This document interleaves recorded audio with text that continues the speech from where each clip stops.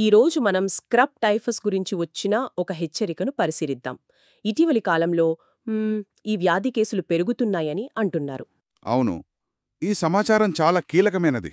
అసలు ఈ scrub typhus అంటే ఏమిటి, అది ఎలా వస్తుంది, లక్షణాలేంటి, ఇలాంటి విషయాలన్నీ కొంచెం లోతుగా చర్చిద్దాం. తప్పకుండా. ముందుగా అందరూ తెలుసుకోవాల్సిందేంటంటే, ఇది ఒకరి నుండి ఒకరికి అంటుకునే వ్యాధి కాదు. ఓ, అలాగా. అంటే గాలి ద్వారానో తాకడం ద్వారానో రాదన్నమాట. రాదు. ఇది ఒక కీటకం కాటు వల్ల వస్తుంది. వాటిని చీమటేళ్లు అంటారు. ఇంగ్లీష్లో అయితే చిగర్స్. చీమటేళ్ల ఇంత చిన్న పుండుకాటు ప్రాణాల మీదకు తీసుకురాగలదా? అవును. ఇక్కడ ఆసక్తికరమైన విషయమేంటంటే, ఆ పురుగు లార్వా దశలో ఉన్నప్పుడు మాత్రమే మనల్ని కుడుతుంది. ఆ దశలోనే ప్రమాదం. అయితే దీని లక్షణాలెలా ఉంటాయి? ఈ సమాచారం ప్రకారం జ్వరం, ఒంటి నొప్పులు, తలనొప్పి ఇవన్నీ సాధారణమే కదా? కరెక్ట్. అవి చాలా వాటికి ఉంటాయి. కాని దీనికొక ప్రత్యేకమైన గుర్తుంది. ప్రత్యేకమైన గురించా? ఏమిటది? పురుగు కుట్టిన చోట ఒక నల్లటి మచ్చ ఏర్పడుతుంది, సిగరెట్తో కాల్చినట్టు. నల్లటి మచ్చ. అవును. దాన్నే వైద్య పరిభాషలో ఎస్చార్ అని పిలుస్తాం. ఇది చాలా ముఖ్యమైన క్లూ అన్నమాట. మరి ఆ మచ్చ దగ్గర నొప్పి, దురద లాంటివి ఉంటాయా?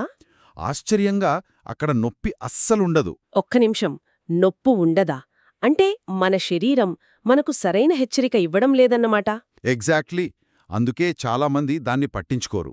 ఒక సాధారణ పురుగు కాటు అనుకుని వదిలేస్తారు. ఆ నిర్లక్ష్యమే ప్రమాదానికి దారితీస్తుందేమో. నిజం.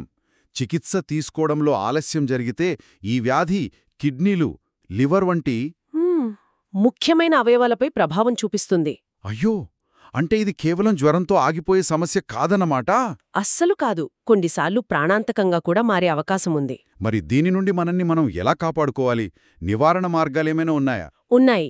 నివారణ చాలా సులభం కూడా. అలాగా?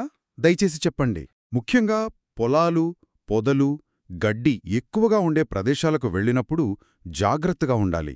అంటే రైతులు, వ్యవసాయ కూలీలు ఎక్కువ ప్రమాదంలో ఉన్నట్టేనా? అవును. వాళ్లు శరీరాన్ని పూర్తిగా కప్పి ఉంచే దుస్తులు ధరించాలి. ఫుల్ స్లీవ్స్ షర్ట్లు, ప్యాంట్లు వేసుకోవడం చాలా ముఖ్యం.